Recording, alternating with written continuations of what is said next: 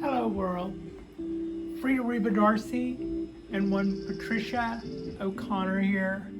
And today is our Thursday drop on our bonsai balcony, and a quick look over here at our cuttings show that they are still cuttings and we're still giving them the time they need to do whatever it is they're going to do. Oh, and lo and behold, we have ourselves an oak tree. Our coastal oak is on the bench. I'm probably not going to do any wiring. Well, I know I'm not going to do any wiring in front of you guys. Oh, look, little leaf hopper. Make yourself back up onto that tree. We need you to go back to work and do good leaf hopping things. Yeah, get back up there. Anyway, I'm just going to show you a little bit of the wiring I've already done. This was, I took some of my wires that were kind of small and doubled them up. And I put some flat action to this branch. And I used this as my secondary branch, the lever off of that one. And then over here takes us to this side. I brought this guy down as well. And then I went up and flattened those two guys out. Probably did that damage somehow. Flattened this out, brought it down. It's another way of saying that. Brought this down. And that was all I did to those. Put a little motion in them. I've got to try to match what was done ahead of me. At least on the primary branching, I'm not going to worry about that as much on the secondary or the tertiary. But I thought I could at least give you a little look at what it was that I had done to it the other day to get it started. Next, I will do this. I thought it was too small to be wiring without doing damage to. This guy is about ready to get going, but you can also start to see some of these little salmon colored buds are starting to come out. It responds a little differently than the cork bark oak in that way. When I prune it back, we do get some response to that, but not like what I'm about to show you. As it's about to show you, Spider, you're making me nervous. You're welcome to hang out. This is the cork bark. I rotated it around so that it is now facing us. I did a little bow because it's bowing our way. I'll give you a little, and you can see that it is in fact kind of bowing our way there. And also I put my wedge underneath it. There's nothing wrong with the roots on that guy. I'm not doing that so that it'll drain faster. I'm doing that to look at the angle. I really like it at a tilted angle, maybe even a little more so when push comes to shove. This base is a little bit more in your face when I kick it at that angle some. But the other day I put some wire on this.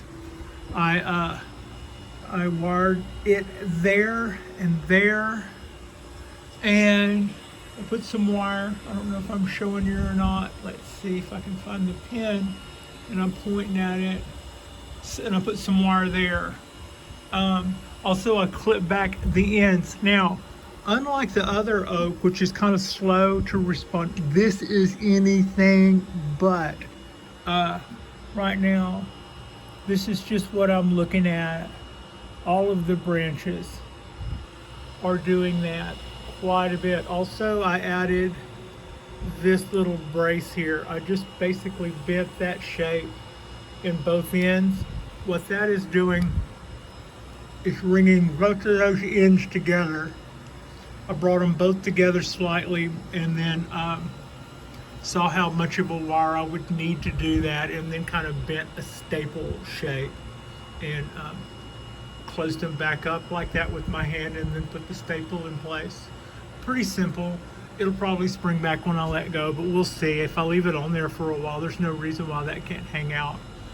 But it is sure busting out. Look at all that new growth on there, and all that new growth, and all that new growth. This guy is just busting right out, and it feels, frankly, a little weird.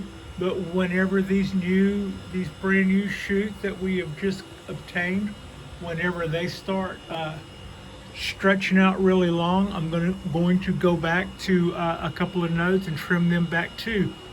We'll get some. Well, we're already starting in some places. We're starting to work on some tertiary, even though our secondary is still baby. It's making tertiary. Well, that's fine. No problem with that at all. I don't know what the possible problem could be with that. We're feeding it. It's getting good energy. It's getting to keep most everything it's putting out. But when, for instance, this little shoot starts getting really long and stretching out, and it's just pointed back at the trunk, I'll cut it back to there and let it go ahead and probably in a couple of weeks. So before spring is over, we'll have tertiary on some of these cutbacks. Excuse me. It is very windy here today, and it has been for a couple of days. I started off the day with my water. My water canisters were half full to start with, so everybody got that.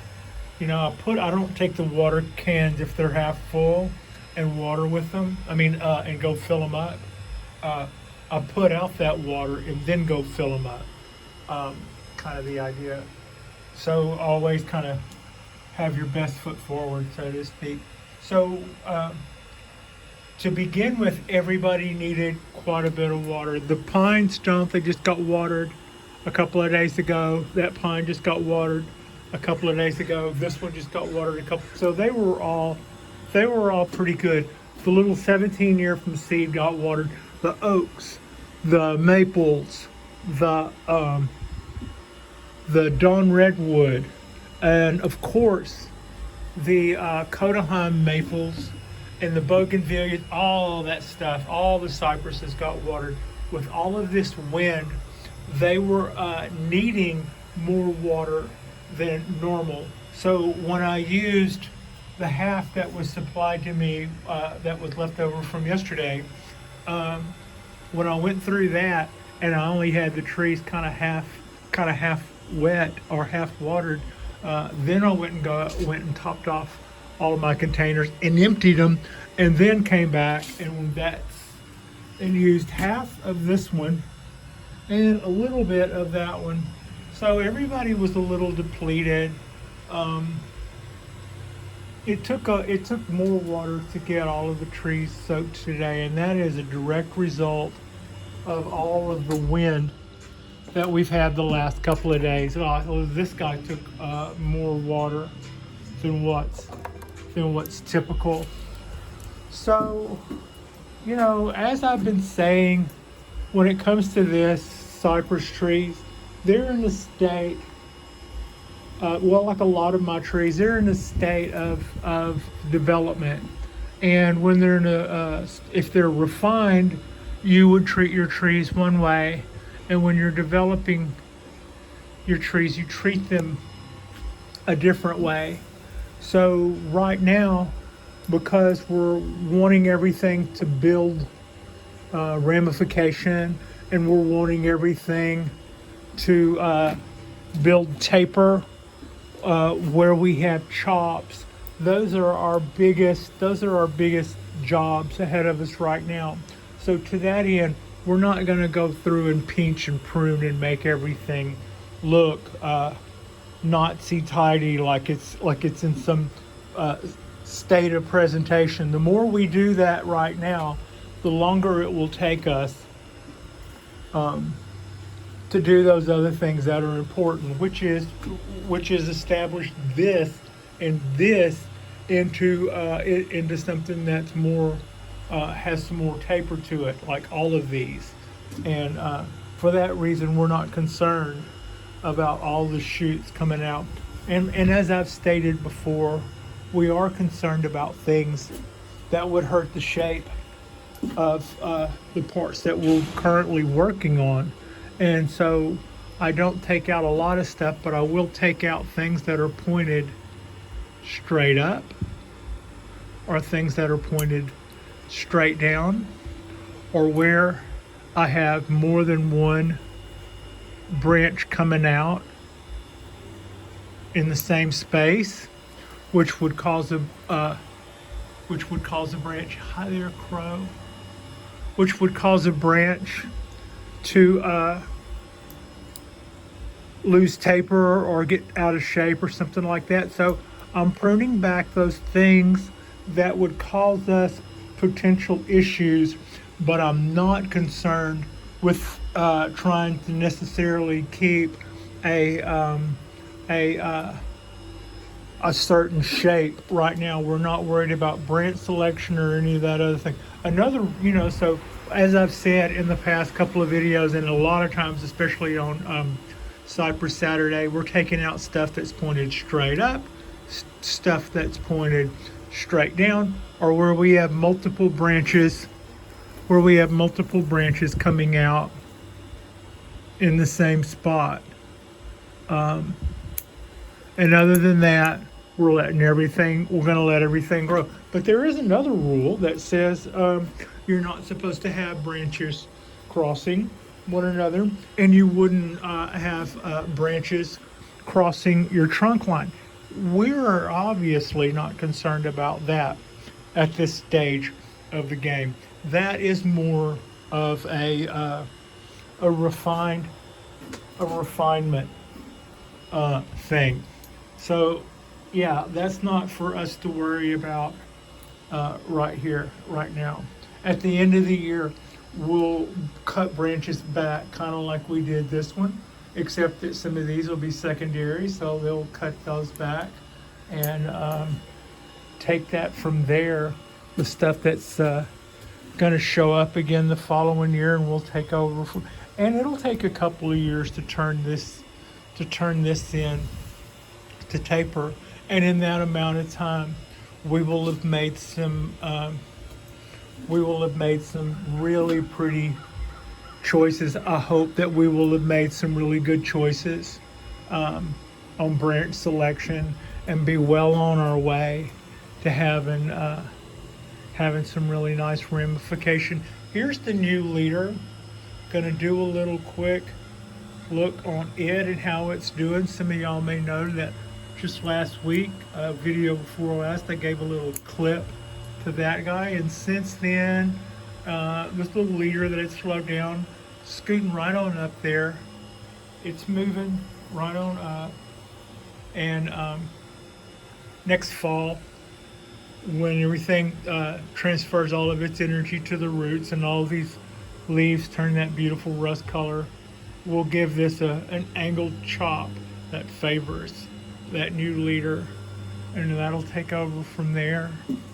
The other one that didn't get the cut, the second of the little twin trunk there, you can see it is getting very close to the light, another 4 or 5 inches up, and the top of it will have gone past the grow light, and it will be at that point that it will probably try to start pointing that way. I may intervene. I'm thinking about it. One little project I don't know why I'm pointing up at the sky. One little project, you can kind of see it's getting, if I do this and backwards back a little, no, it just disappeared. So it's getting pretty close. That angle is deceptive. It is less than a hand's length, which for me would be 6 inches. Less than a hand's length from that light. I'm thinking about drawing these two lights closer together, closing that gap up. I don't think it would be really hard to do. I think I could do that easy enough, and that would prevent those guys from, that would prevent those guys from being able to do that. It might be falling out of the light here, which makes it want to grow even faster to try to get back in the light, which makes it just blow past it.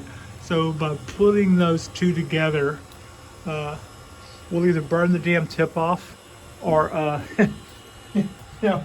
well, at that point, I would bring the two lights together and then give the top a little bit of a clip, and that would be fine. So yeah, that's kind of what's going on. That's kind of what's going on there. A little back up look at the corkbark oak again at that angle. I brought the apex down. Those little sprigs that were sticking straight up, I was pulled those down. The one that's sticking up the most now is still a little young, I think, to be wiring, but it'll be next, and I'll bring it down. And it is already starting to branch off nicely to where I might not even, it's kind of pointed up. I would like that to be brought down a little. I don't know if you can see which one I'm talking about. It would be roughly that guy. That's what I'm thinking of. I would wire this one down, wire that one down next. So that's what's going to go on there when we do more with that. I'm really, really happy with the way that is just, there is just little buds busting out all over this thing. And it's just about to grow thick. I think the BioGold was a pretty good move. Also, while we're talking about feeding, when it comes to what you would do with certain trees or not do with certain trees, these are my Ponderosas, and we're well into spring, and they are still being fed. They started pushing out new growth several weeks ago. Our spring came early, and at that point I put a little BioGold to them, and the rest of my conifers too. But when it comes to these guys, we are going to feed, I am going to feed both of my Ponderosas spring through fall. I want to feed them. I want them to push out new needles, new, long, healthy, gorgeous Pondo needles that are just really, really long, and that will cause the tree to create more possibilities for more green, more chlorophyll, more energy, more exchange, and then it will put out more back buds and create more needles. And then at that point, the needle length will only be what the size of the container and the size of roots can handle. So if it puts out needles this size in a container full of roots that big, if we triple or quadruple that amount of needles, then that amount of needles will have to get their length from the same amount of stored energy that the tree will have built itself up to. In other words, this is going to be more than 1 year deal. But this tree was probably on a different schedule before. This tree was collected by somebody who lived in the neighborhood where this tree lived. So when collected, it probably, I don't know, I'm not saying how this guy grew the tree. That wouldn't be right for me, and I don't know how he grew it, so that would just be guess at best.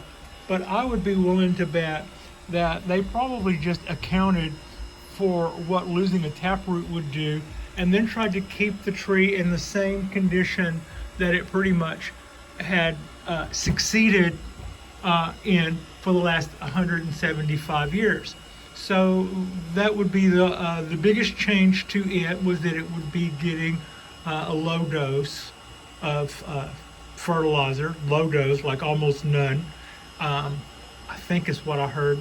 And still pretty much in the same place it's always been, and it would only get watered a little bit more to account for the lack of a taproot. Whereas now it's thousands of miles away from where it was. To some extent, the growing conditions are greatly improved, but to some extent, they are also greatly different. So, what I'm going to do here is, rather than try to create Deadwood, South Dakota, and failed miserably at that, is to do what I picked up on from my lessons, and they are, we give this guy a little bit more water than what it would have been used to. Not a lot more, just a little bit more. Not as much as the black pines, which don't take a lot of water either, but more than it would have gotten living in between a crack and a rock, out at the high elevations, sticking out of the side of a mountain somewhere. Also, that taproot it had would have gone very, very, very deep, given it some resources during its dry spells, which it no longer has that. Also, its adaptability is such that it can kind of close off the pores in its needles when it is super, super dry, so that the tree will not give up the moisture. It can kind of put a little lockdown on the moisture. That way it won't give it all up in between long dry periods.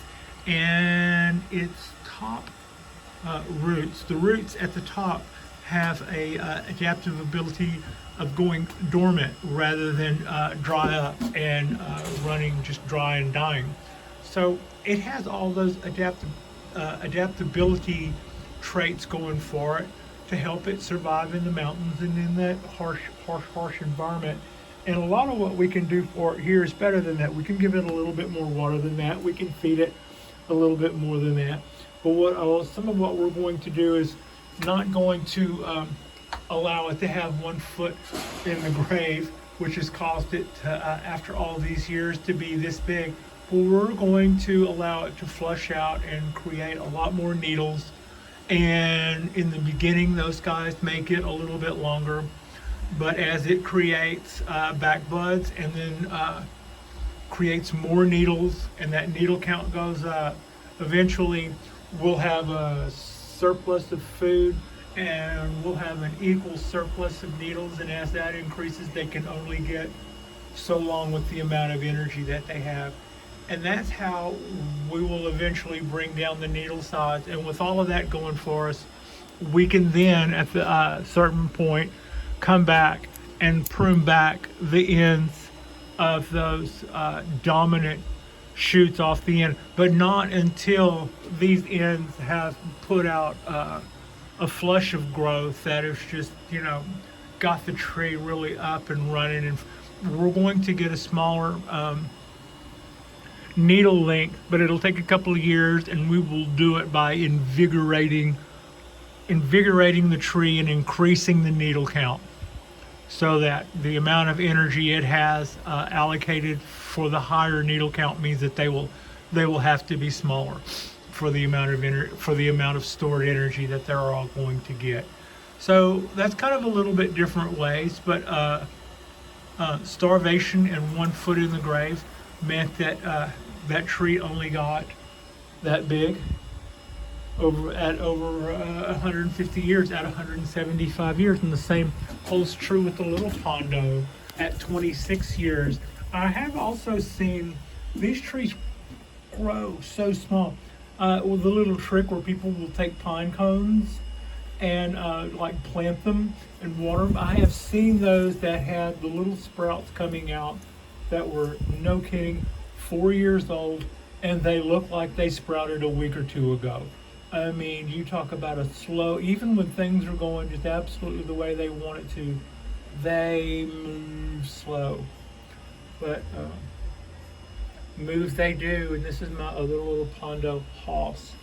It is a happy little tree, and whatever I can do to keep that guy happy, I will do. So, and as you can see, it is also getting fed. They will get fed spring through fall.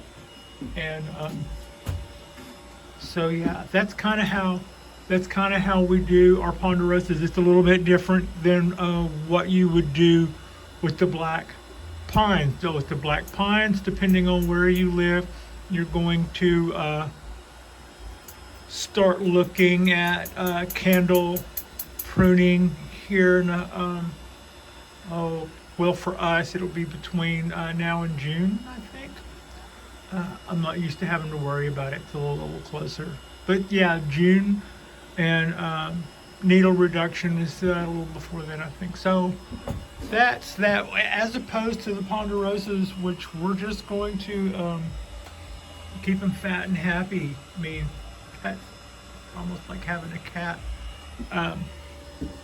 So yeah, that's what's going on here on our Thursday drop. I'm really enjoying the look of these cypress, even with all of their little limbs crossing. That is the one. That's one of the rules, that bonsai rules, that we are breaking quite a bit. But that rule doesn't really have an effect at the end of the day, with something losing taper, or something getting out of shape, or something getting a big knot in it, where too many things have come out in one spot. So like I said, barring it causing us any problems, we're just going to let everything else it puts out this year, we're going to let it put it out, let it gain all of that energy and do all that great things with it. I hope that you are having yourself a good week. I plan on having a really nice evening here with Frida. We've been certainly have been enjoying this day. Look at all those sprouts and all those buds. We have certainly been enjoying this day, and the balcony is starting to look pretty nice, with all the greenery starting to flush out. Seeing all those candles coming out on my 75-year-old Japanese black pine is certainly good to see, for all the right reasons, for all the best reasons. I'm kind of thinking maybe, I don't know if I should cut those blooms back on the bougainvillea. I don't know. I think I already said that on the last video too. I'm wondering at what point. Should I carry those all summer? Are they depleting the tree? I don't think it really gets a whole lot of photosynthesis out of that. So yeah, probably. Also, they don't really keep the proportions pretty well. Look like they're keeping our proportions very well. And it's kind of hard to see what's going on with the leaves underneath it. They're getting shaded and look a little yellow, like maybe getting fed, but we could be a little nitrogen hungry. My guess is that probably comes with those giant blooms. I mean, if that were a real tree, how big would those blooms be? Those would be like elephant ear sized blooms. Anyway, it's nice to see the color. I'm not complaining. But yeah, oh, and a quick look at our cypress. We did our massive trunk chop to that guy, and it hasn't really done anything to that, except those little fronds on the end look like they're a little bit more serious. And when that whole thing gets a little bit heavier, I'll wire it up, maybe clean that end of that cut up a little. It is a little above that. I wanted to make sure that I had enough room for that that one remaining frond there at the top to be happy and healthy and stuff, and it does. While I'm standing here, show off a little Japanese black pine. 2 years from seed, 1 year with me, so it's going on. This is its third year. Those are its third year needles, so we're finally about to give up some needles, and all of these little shoots you see, this all happened on my watch. So yeah, it's going well, I think. Like and subscribe if you have not already. I really hope that you are going to enjoy your Thursday. Frida and I are going to enjoy our Thursday. We're going to apply a little This would be a good time to wire that branch and to wire that branch and to put a little motion in this guy and this guy. Also, I brought my gloves for that. These are sharp.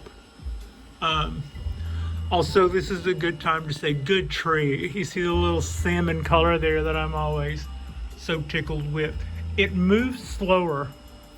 It moves slower than the cork bark. Man, that cork bark almost acts like a tropical. It does. So, also pointing out the things that's growing straight up, but with the oak, well, we kind of let that more than we would the other trees.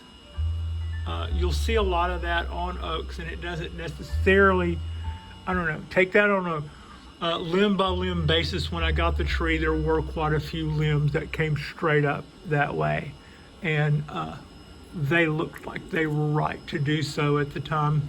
And I've seen in other videos people kind of cut around their straight up branches, like they're not really sweating them. So yeah, I'll do a little cleanup on this tonight, and yeah, it could be, but look there, it's doing some branching out for us. It's really good to see, but it's not as prolific as the cork bark, but it is doing that. Like I pointed out the little red bud tips 2 weeks ago, and since then I hardly even see those now. They've moved past that stage onto something else. But yeah, thank you so much for watching, and our next drop will be our weekend drop, and for Super Cypress Saturday, I don't really know what we're going to be up to for Super Cypress Saturday, but yeah, I hope you enjoy your day, and we are very much enjoying our day. Thank you so much for watching.